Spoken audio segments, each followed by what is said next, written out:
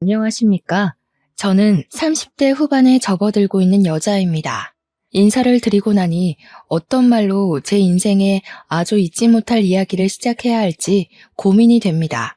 두 번 다시는 일어나서도 안 되고 정말 충격적이고 무서웠던 그 이야기를 여러분들께 최대한 덤덤하게 풀어보려고 노력을 하겠습니다.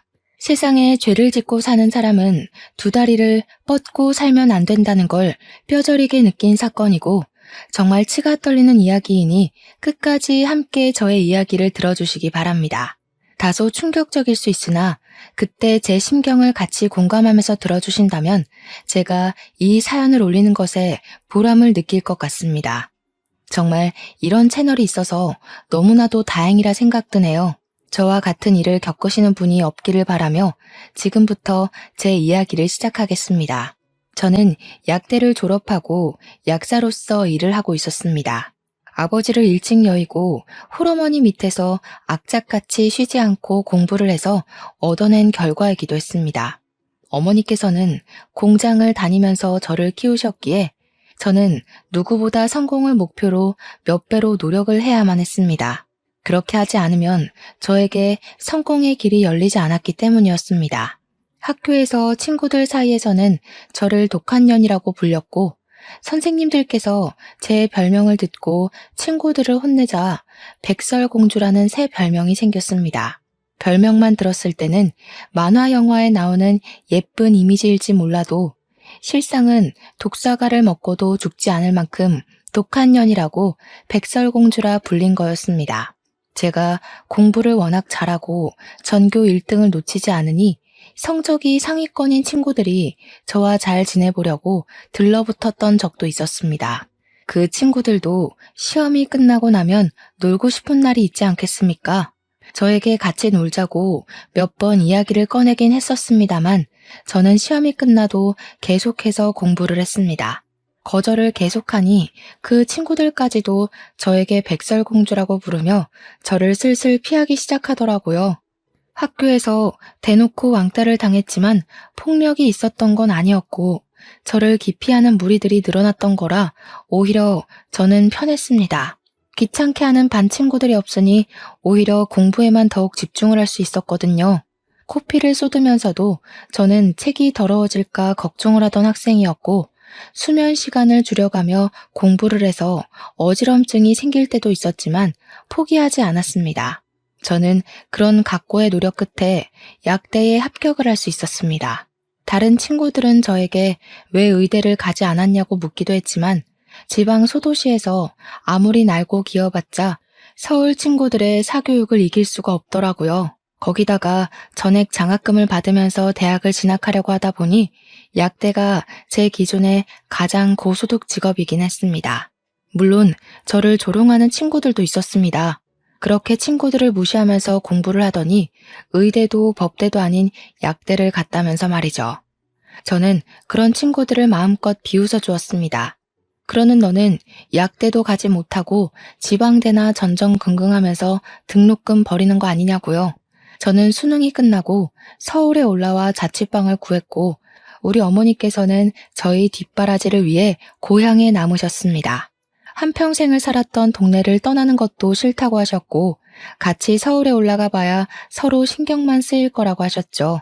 저도 어머니의 의견을 존중하여 혼자 서울에 올라와 자취 생활을 했고 높은 성적을 유지하며 전액 장학금을 받으면서 약대를 졸업했습니다.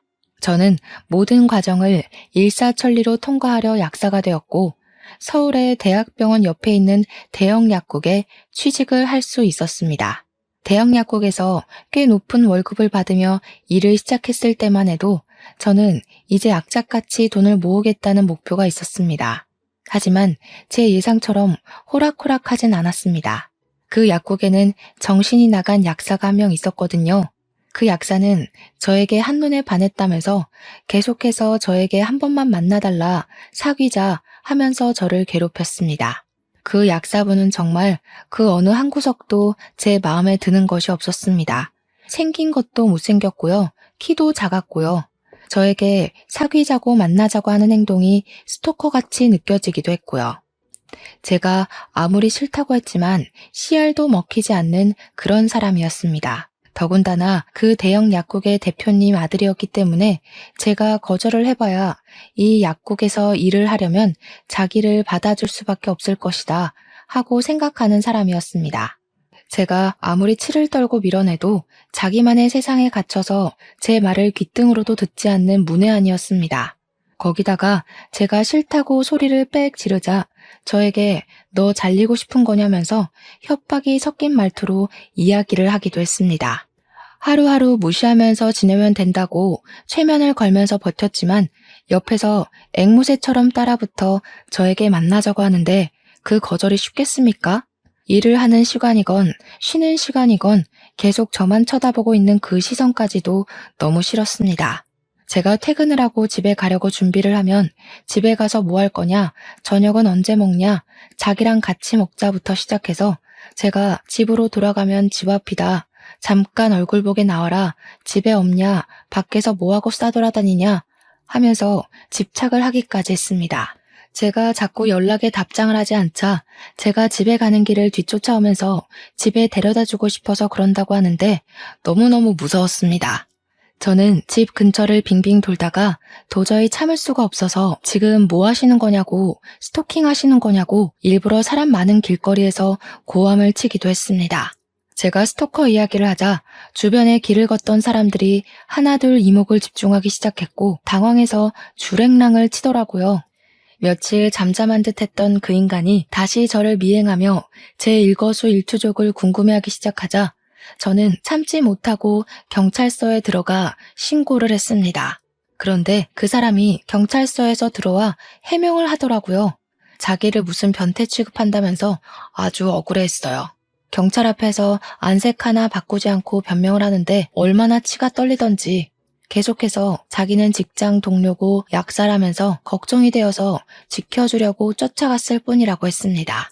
그런데 제가 진짜 어이가 없었던 건 경찰들이 제 말을 믿어주지 않고 약사 명함을 내민 그 남자의 편을 들어주었다는 겁니다. 회사 동료가 이 정도로 챙겨주기 쉽지 않지 않냐면서 남자들의 마음을 이해해주라고 이참에 두 분이 사귀면 되겠네 하면서 웃더라고요. 결국 저는 경찰이 제 편이 아님을 깨닫고 다음날 바로 약국에 사표를 제출했습니다. 제가 대표님께 직접 가서 사표를 제출하니 대표님 아들이 저에게 와서 자기를 버리고 어디로 도망을 가냐고 난리를 치더라고요. 자기를 가지고 논 거냐, 여태 자기가 쫓아다닐 때 제대로 거절을 하지 그랬냐고 피해자 코스프레를 하는데 기가 막혔습니다. 오죽하면 같이 일하는 동료 약사들이 저것도 병이라면서 다들 고개를 절레절레 지었을까요? 저는 일부러 대표님 들으라고 큰 소리로 말했습니다. 당신이 스토킹해서 치가 떨려서 일을 그만두는 거라고요. 대표님 눈치를 보면서 자기는 그런 적 없다고 발뺌을 하길래 문자 보냈던 내역을 일일이 찾아서 보여주었습니다. 어디냐고, 왜 집에 안 가냐고, 남자 만나러 가는 거 아니지? 너 걸레야? 하는 문자들을 보여주니 대표님 얼굴이 새빨개지더라고요. 제가 당신 때문에 그만두는 거다. 얼굴도 못생기고 키도 작은 주제에 어딜 들이대냐고 인생 그렇게 허접하게 살지 말라고 했죠. 대표님이 아들 등짝을 막 때리면서 너 또 저랬냐고, 도대체 너 때문에 그만두는 약사가 몇이냐고 소리를 막 지르셨죠.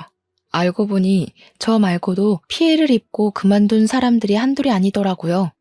가뜩이나 약사 구하기도 어려운데 또 그만두게 한다면서 대표님이 정신병원이라도 알아봐야겠다고 소리를 치셨습니다. 저는 그분에게 두 번 다시는 제 앞에 나타나지 마시라고 경고를 하고 퇴사를 했습니다. 운이 좋게도 바로 작은 약국으로 취직을 할 수 있었습니다. 동네도 훨씬 가까워졌고 페이는 조금 적었지만 한결 여유로운 직장이었습니다. 잘 다니던 대형 약국을 그만두었다는 말에 어머니는 무슨 일이 있냐고 하셨지만 굳이 걱정하실까봐 자세히는 말하지 않았어요. 근데 여기서 일이 끝나지 않고 제가 취직한 새 약국까지 찾아와서 스토킹 짓을 하는 게 아니겠습니까? 오죽하면 동료 직원들이 저 사람 이상하다고 저에게 계속해서 이야기를 하기까지 했습니다. 결국 저는 고소를 결심했고 동료 직원들이 증언을 약속해 주어서 증거를 전부 모았습니다. 집까지 찾아오는 그 사람들을 피해서 동료 직원의 집에 지내기로 하고 고소까지 진행하니 저와 협의가 이루어지지 않았던 거죠. 저희 본가를 어떻게 알았는지 어머니에게까지 찾아가서 대표님이며 그 인간이며 합의를 해달라고 계속 요구하고 협박을 했던 것입니다. 저희 어머니께서 놀래서 전화가 와서 예전 약국 대표라는 사람이 합의를 해달라고 찾아왔는데 이게 다 어떻게 된 일이냐며 설명을 해달라고 하셨습니다. 제가 너무 열이 받아서 고향으로 내려가겠다고 하니까 어머니께서 걱정하지 말라고 이런 파렴치한 놈들에게 합의해주지 않겠다면서 일 열심히 하면서 버티라고 하시더라고요. 우리 어머니께서 고향에서만 평생을 살아온 사람이지 않겠습니까? 60년을 넘게 한 동네에서 살았으니까 동네 사람들을 전부 알고 계시거든요. 돈 많이 줄 테니까 합의를 해달라고 찾아온 약국 대표님을 보자마자 어머니께서 절친인 고향 동네 사람인 경찰서장을 부른 겁니다. 경찰서장인 아저씨는 어머니랑 초등학교 때부터 쭉 동창인 분인데 진짜 친하셨어요. 아저씨가 직접 나서주신 덕분에 합의를 하자고 협박을 했던 것까지 모조리 다 추가가 돼서 벌금을 엄청나게 때려맞고 저에 대한 접근 금지까지 처리가 되었다고 하더라고요. 진짜 어찌나 감사했는지 모르겠습니다. 거기다가 그 약국이 대학병원 앞에 있는 엄청난 대형 약국이지 않았겠습니까?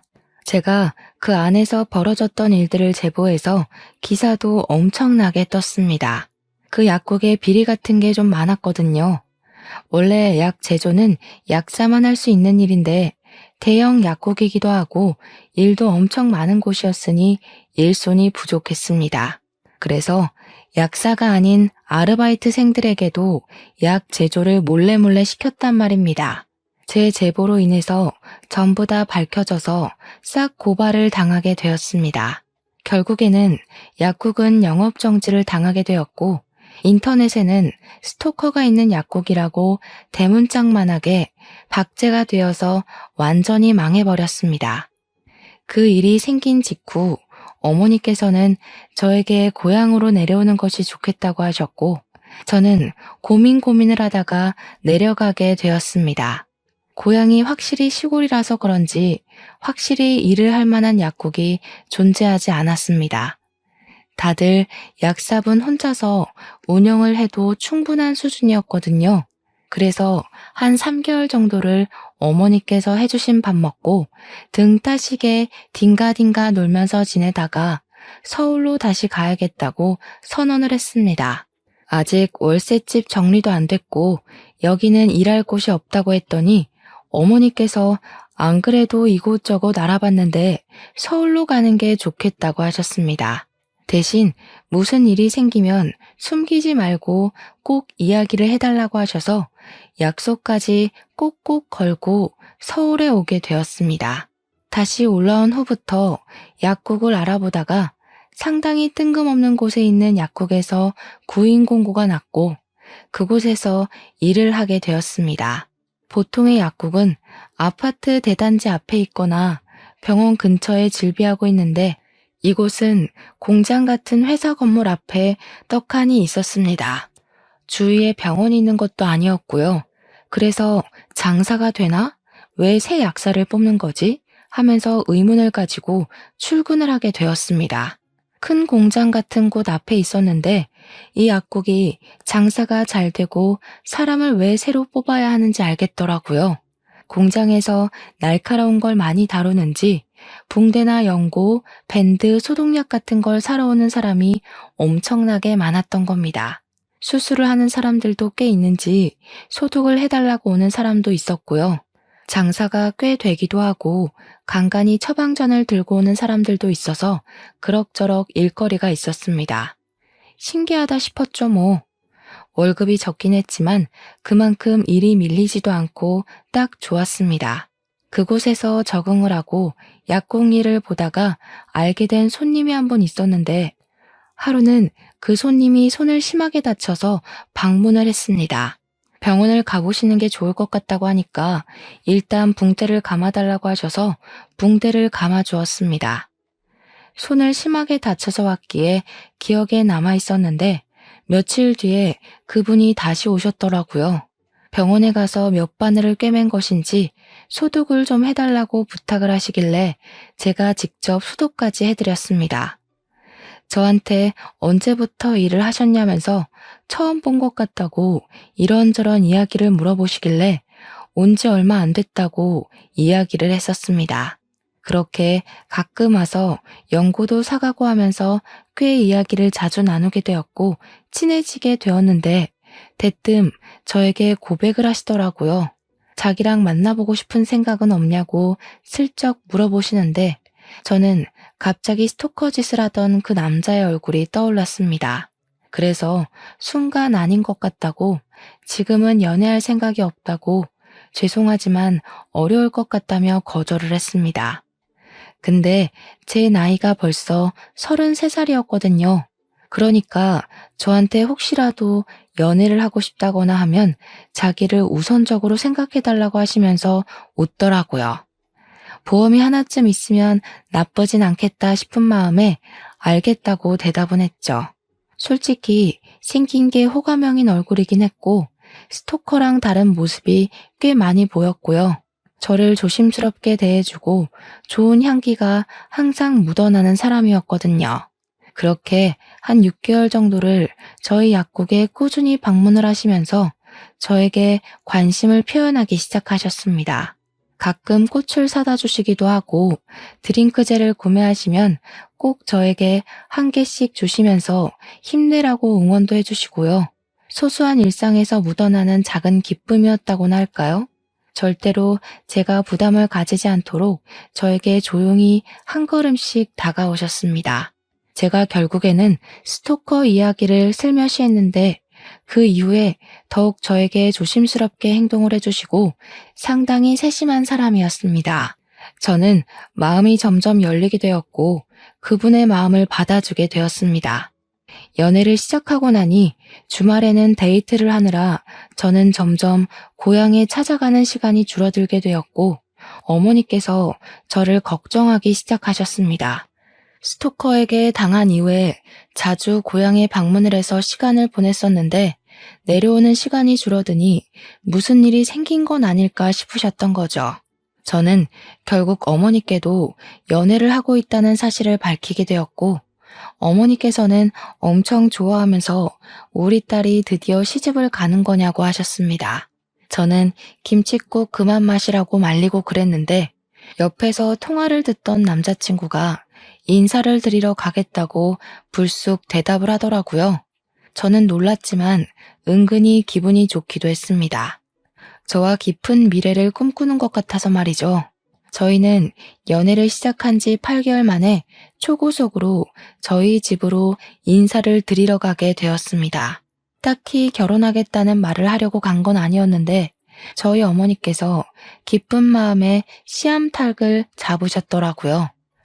벌써 사위 대접을 하시고 남자친구도 넉살 좋게 장모님 하는데 그게 엄청나게 부담스럽게 다가오지 않았습니다. 보기에도 괜찮고 우리 어머니께서도 너무 좋아하셨고요. 거기다가 큰아들 생긴 기분이라고 저한테 꽉 잡으라고 하시더라고요. 그래, 이런 분위기라면 평생을 함께 살아도 부족함이 없겠다 하는 생각이 들었습니다. 저도 남자친구에게 용기를 내서 어머님 아버님을 뵙고 싶다고 이야기를 하니까 남자친구가 겸연쩍게 이야기를 하더라고요. 자기는 부모님이 계시지 않다고요.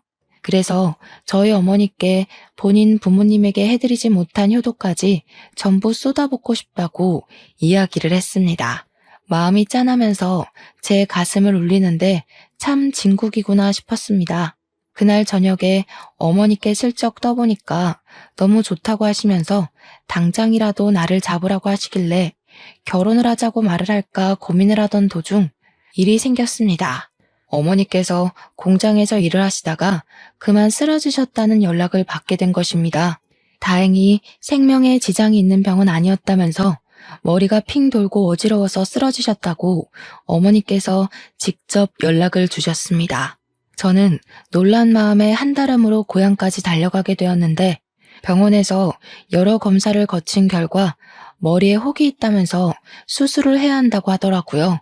암은 아니고 그냥 혹으로 보인다고 걱정하지 말라고 하셨지만 위치가 뇌를 압박할 수 있는 자리에 있으니 빠르게 제거를 하는 게 좋겠다고 하셨습니다.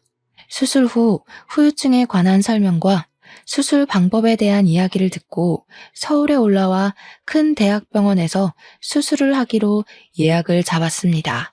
제가 지극정성으로 돌봐드려야겠다 결심을 했는데 우리 남자친구가 퇴근을 하고 나면 거리가 꽤 있음에도 병원으로 달려오더라고요. 나서서 우리 어머니의 수발을 들면서 주말에도 싫은 내색 하나 없이 병실을 지켜주었습니다. 어머니께서 너무너무 고맙다고 하는데 이 남자랑 하루라도 빨리 결혼해야겠다 하는 결심을 가지게 되었습니다. 거기다가 어머니께서 한번 쓰러지고 나니까 덜컥 무서운 마음이 들면서 빨리 결혼하는 게 효도하는 지름길이겠다 싶었던 거죠. 어차피 인사를 드릴 시댁도 없겠다. 어머니께 더 큰일이 생기기 전에 결혼해서 손주까지 안겨드려야겠다고 생각을 했습니다. 어머니께서 수술이 무사히 끝나고 저는 결혼에 대한 이야기를 꺼냈습니다. 다행히 암도 아니고 수술로 깔끔하게 혹만 제거하면 된다고 했는데 수술도 참 잘 됐습니다. 단지 뇌를 살짝 압박하고 있었던 탓에 신경을 살짝 건드리게 되면서 어머니께서는 후각을 느끼지 못하게 되긴 했지만요. 어머니께서는 죽다 살아난 기분인데 후각이 뭐가 문제냐고 신경 쓰지 말라고 하셨습니다. 의사 선생님께서도 후각은 나중에라도 돌아올 수 있는 거니까 괜찮을 거라고 하셨습니다. 어머니께서는 다시 고향으로 내려가시게 되었고 저희는 결혼 준비를 시작하게 되었습니다. 정말 간단하게 최소한의 형식만 지키자는 마음으로 남들 하는 만큼만 준비를 한다고 서둘러서 했음에도 불구하고 4개월이라는 시간이 걸렸습니다. 어머니께 정말 예쁘고 고급스러운 한복 한 벌 딱 해드리고 결혼식을 올렸고 저희는 사정상 신혼여행은 생략하였습니다. 신혼집을 구하느라 돈이 많이 들어가기도 했고요. 어머니께서 수술하신 지 얼마 되지 않았으니 불안한 마음에 신혼여행은 나중에 가도 된다고 미루게 되었습니다. 그렇게 알콩달콩한 신혼이 시작되고 꽃길만 평생 걸을 줄 알았던 제 결혼 생활은 처음과 달리 시간이 지나면서 점점 틀어지기 시작했습니다. 저와 남편 사이에서 아이가 생기지 않았던 것이 제일 문제였습니다. 피임을 딱히 하는 것도 아니었는데 저희에게 축복의 소식이 찾아오지 않았습니다. 처음에는 별 대수롭지 않게 생각하며 천천히 가져도 충분하다 했는데 결혼하고 3년이라는 시간이 흘렀음에도 아이가 생기지 않자 슬슬 불안해지기 시작했습니다. 어머니께서도 은근히 손주를 바라는 눈치였으니까요. 물론 딸이 스트레스 받을까봐 관심 없는 척 하셨지만 딸인 제가 그걸 모르겠습니까? 제 나이가 36이 되자 지금 가져도 노산이라는 생각이 들면서 점점 조바심이 나기 시작했습니다. 남편 역시 저에게 우리 둘 사이에 문제가 있는 것도 아닌데 왜 아이가 생기지 않는 거냐며 슬슬 지쳐가고 있었습니다.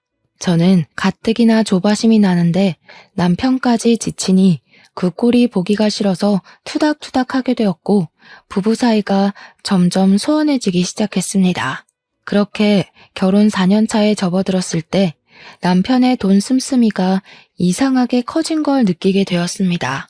갑자기 뿌리지도 않던 명품 향수를 사서 뿌리고 다니지를 않나, 명품 가방을 떡하니 사와서는 잘 어울리냐고 자랑을 하질 않나, 생전 염색도 잘 안 하고 해도 집에서 저에게 염색약 사서 해달라고 했던 사람이 미용실에 찾아가 파마도 하고 염색도 하고 나타나고요.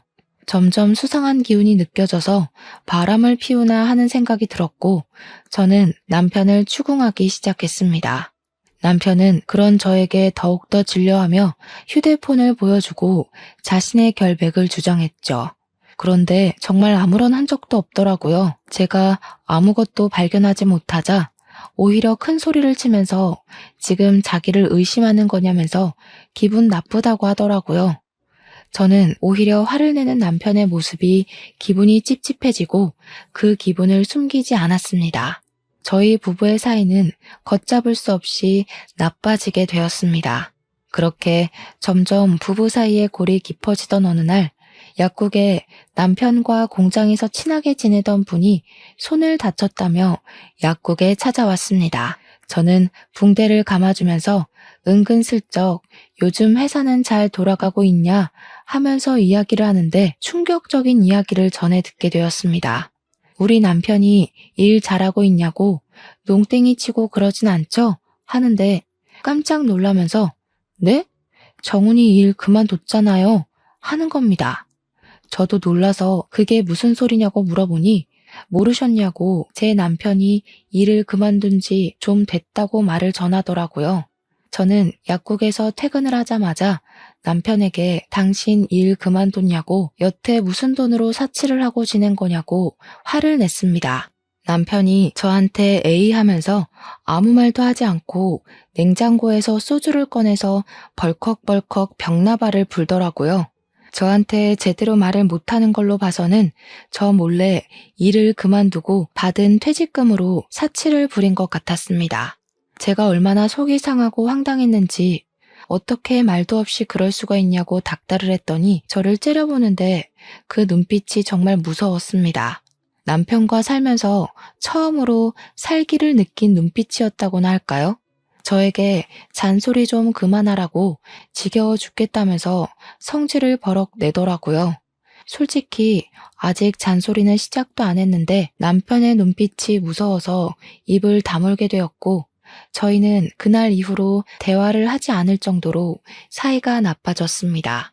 그렇게 한 3개월이라는 시간을 살얼음판 같은 분위기로 보냈는데 어머니에게서 갑자기 연락이 도착하게 되었습니다. 어머니께서 넘어지면서 크게 다쳤다고 병원이라고 하시더라고요.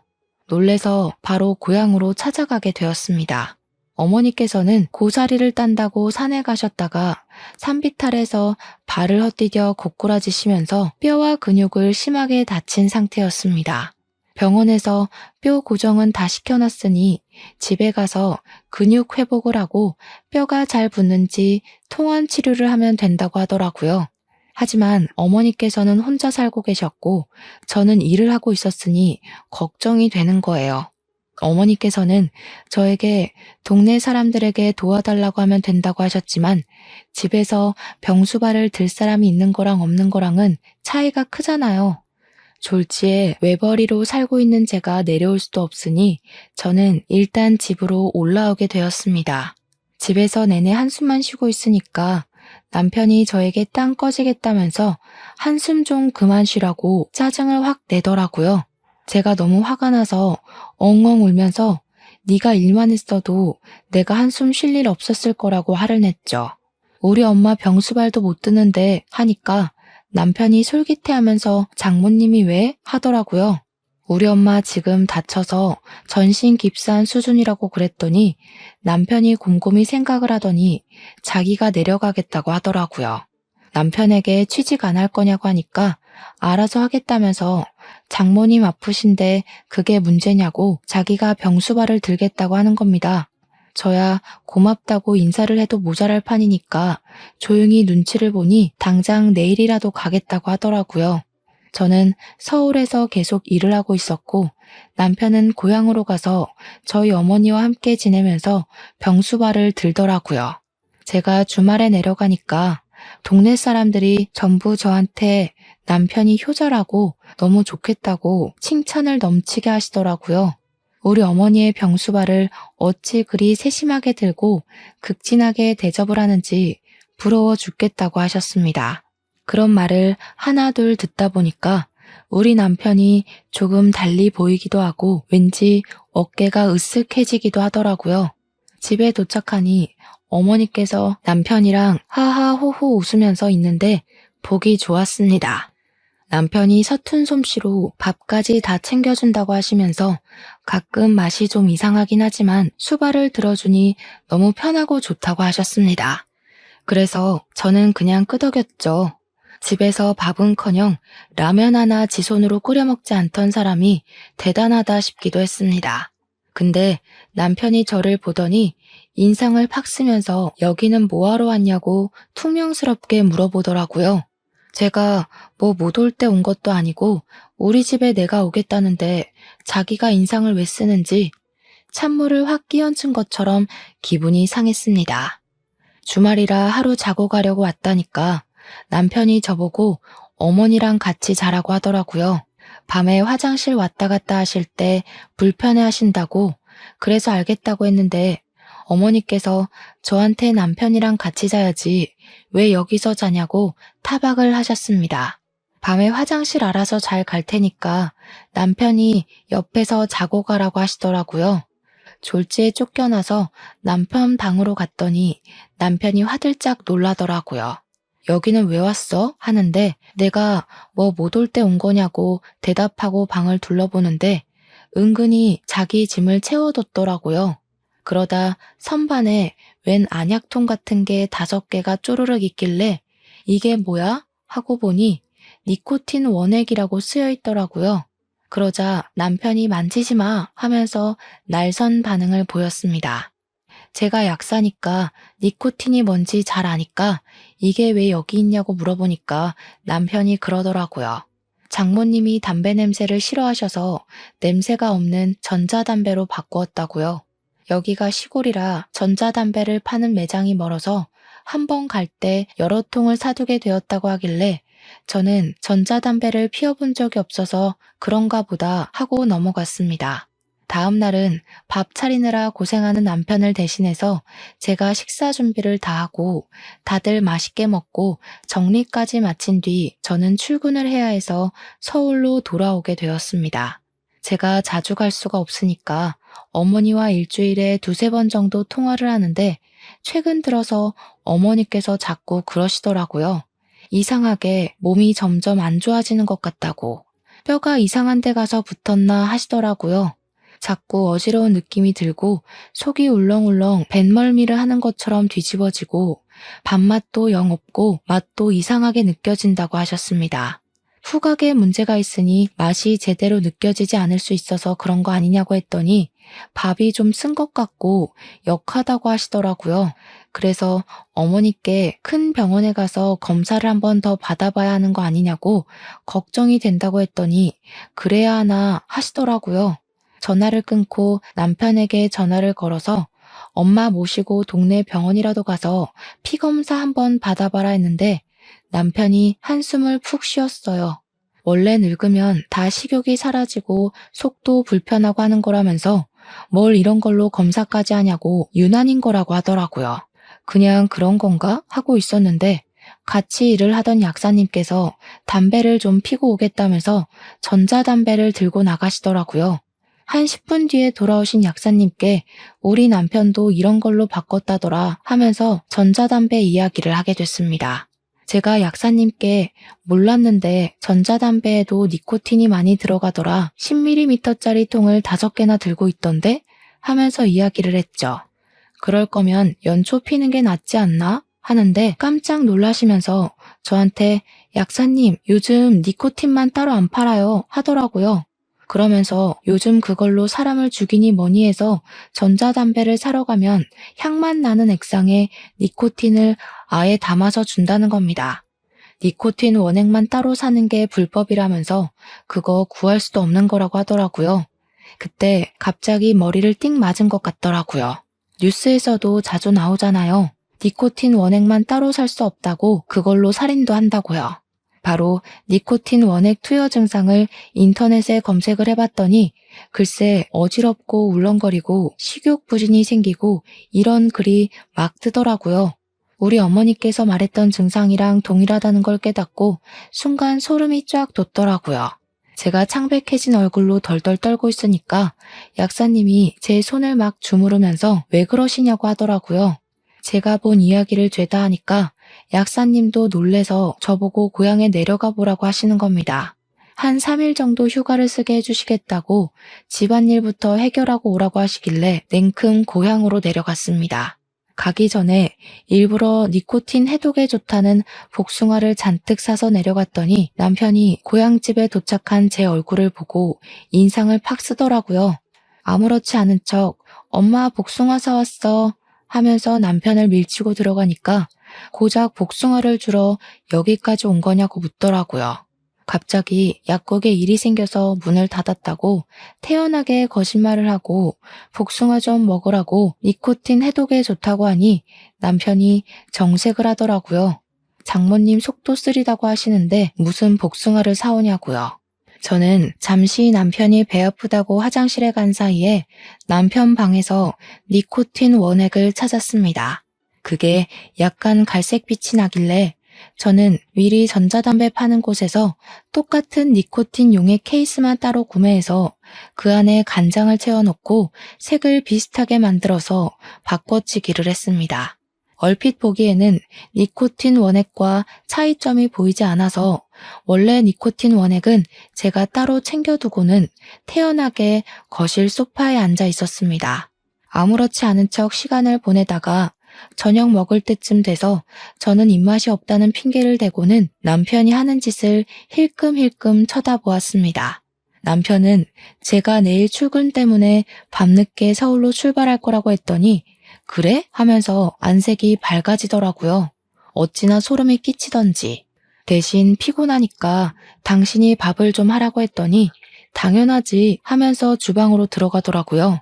남편이 밥 차리는 동안 저는 관심 없는 척 TV를 보는 척 하면서 연기를 하다가 슬쩍 주방을 보니까 제가 바꿔치기한 니코틴 용액을 슬며시 열더라고요. 저는 이때다 싶어서 몰래 휴대폰 동영상으로 찍기 시작했습니다. 제가 간장을 넣었으니 밥에 색이 살짝 묻어났나 보더라고요. 그러니 태연하게 밥을 숟가락으로 휘휘 섞는데 진짜 손이 떨려 죽을 뻔했습니다. 그런 장면이 모조리 다 보일 수 있게 일부러 확대까지 해서 찍고 있었습니다. 남편이 밥도 다 차렸는데 언제 집에 갈 거냐고 묻길래 엄마가 밥 먹는 것만 보고 가겠다고 하니까 인상을 또 팍팍 쓰면서 빨리 가라고 하더라고요.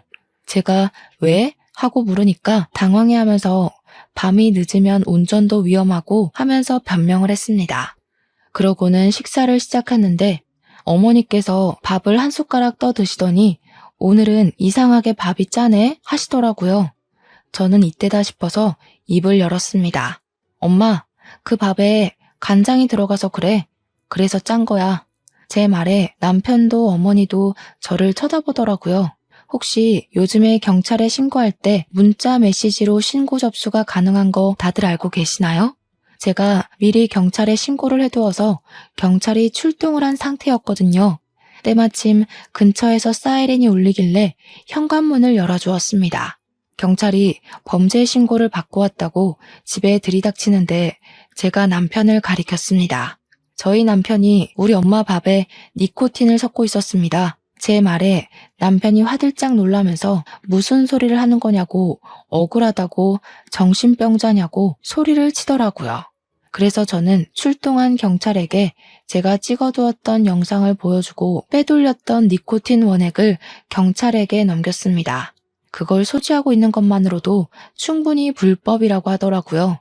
경찰이 이 밥이 니코틴이 섞인 밥이냐고 묻길래 제가 간장으로 바꿔치기 해두었다고 설명을 했습니다. 어머니는 경찰차를 타고 인근 응급실에서 급하게 혈액 검사를 하게 되었고 혈액에서 니코틴 성분이 다량 검출되었습니다. 남편은 본인이 흡연자이기에 장모님이 간접 흡연을 하게 되어 니코틴 성분이 나온 거라고 박박 우기더군요. 하지만 경찰은 간접 흡연으로 이런 수치가 뜰 수 없다면서 남편을 긴급 체포했습니다. 남편은 살인 미수죄로 재판을 받게 되었고 저는 이혼 소송을 바로 걸었으며 아이도 없고 사항이 긴급하다 보니 이혼 처리가 빠르게 이루어졌습니다. 당연히 저에게 위자료를 지급하라는 판결이 나왔고 구치소에 소감이 된 남편을 찾아가서 퇴직금을 내놓으라고 했습니다. 그러니 남편이 피식 웃으면서 자기가 돈이 하나도 없다고 하는 겁니다. 몇 년 동안 거기서 일을 했는데 퇴직금은 다 어디다가 쓴 거야? 나 퇴직한 게 아니라 잘린 거야. 권고사직. 돈 한 푼도 없어.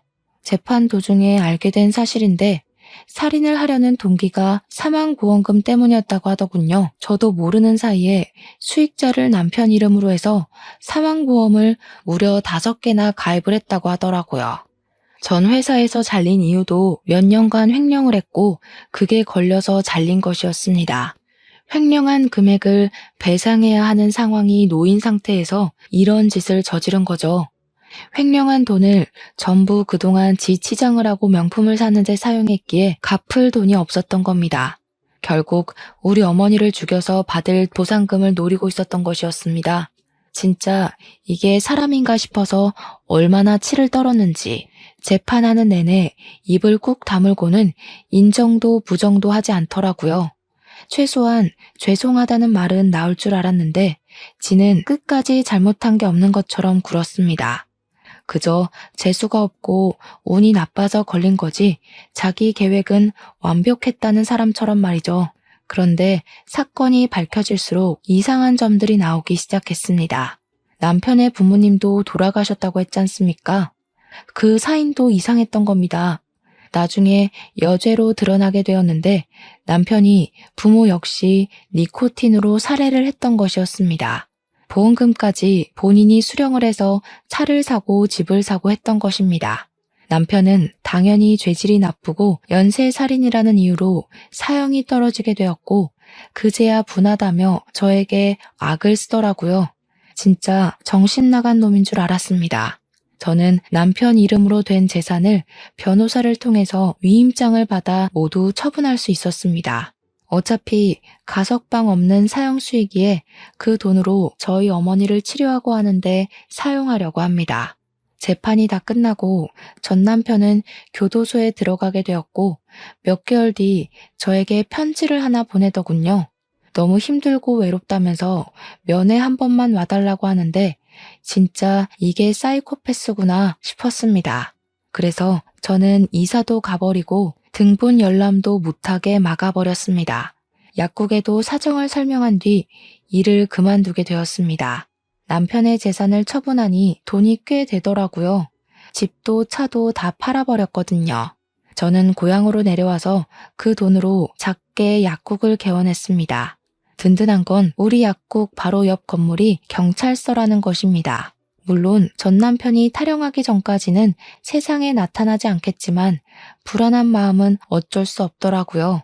어머니와 함께 고향에서 다시 오순도순 잘 살아보려고 합니다.